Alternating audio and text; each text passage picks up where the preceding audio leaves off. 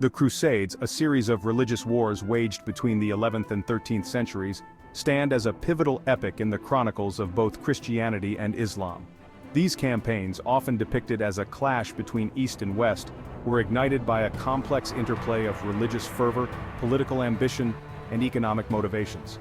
At their heart lay the control of Jerusalem, a city sacred to Christians, Muslims, and Jews alike. The Crusades would forever alter the course of history, leaving an indelible mark on the relationship between these faiths and shaping the geopolitical landscape for centuries to come. Imagine a time when the fate of Jerusalem, the epicenter of the Christian faith, hung precariously in the balance.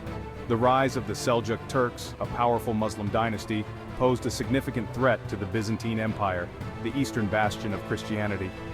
As the Seljuks encroached upon Byzantine territory, Emperor Alexios I appealed to the West for military aid, sparking the flames of what would become known as the Crusades. Pope Urban II, heeding the Byzantine emperor's plea, delivered a rousing sermon at the Council of Clermont in 1095. He called upon Christian Europe to unite and liberate the Holy Land from Muslim rule, igniting a wave of religious zeal that spread like wildfire throughout the continent. Urban's words resonated deeply with a populace yearning for spiritual redemption and earthly glory. The stage was set for a series of bloody conflicts that would forever alter the course of history. The Crusades were not solely the product of religious zeal, but rather a complex tapestry woven from threads of political expediency, economic ambition, and social unrest. Pope Urban II, in his call to arms, astutely recognized the opportunity to consolidate papal authority and heal the schism that had divided the Eastern and Western churches for centuries. The allure of wealth and land also proved a potent motivator for many crusaders, particularly younger sons seeking their fortunes beyond the confines of primogeniture.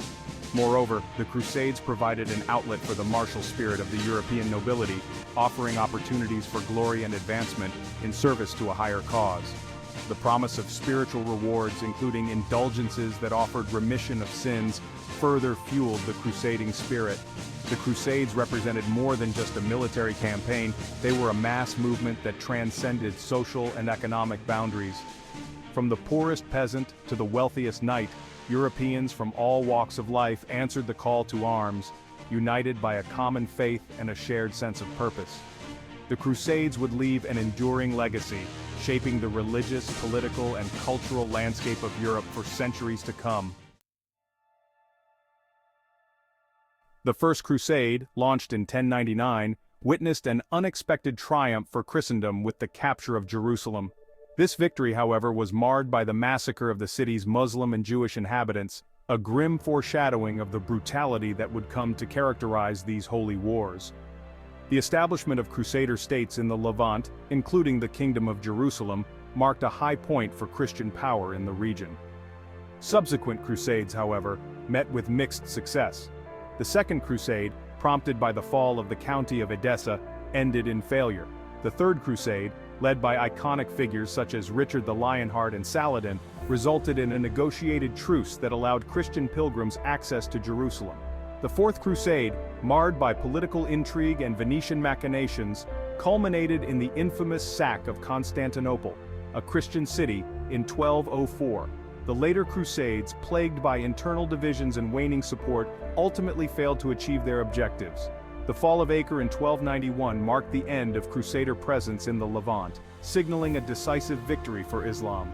The Crusades, despite their ultimate failure, left an indelible mark on the course of history, shaping the religious, political, and cultural landscape of Europe for centuries to come. The Crusades, while launched in the name of Christendom, had a profound and often paradoxical impact on the Catholic Church. Initially, the Crusades served to bolster papal authority. Pope Urban II's call to arms had united Christian Europe under the banner of the papacy, enhancing its prestige and influence. The Crusades provided the Church with an opportunity to project its power beyond the confines of Europe, extending its reach into the heart of the Muslim world. However, the Crusades also sowed the seeds of discontent and dissent within the Church. The lavish lifestyles of some church leaders, coupled with the Church's increasing wealth and temporal power, fueled accusations of corruption and hypocrisy. The Crusades, initially conceived as a war of liberation, had morphed into a costly and often brutal enterprise, leading some to question the Church's moral authority. The Fourth Crusade, in particular, proved to be a turning point. The sack of Constantinople, a Christian city, by Crusader armies shocked and outraged many, further undermining the Church's credibility.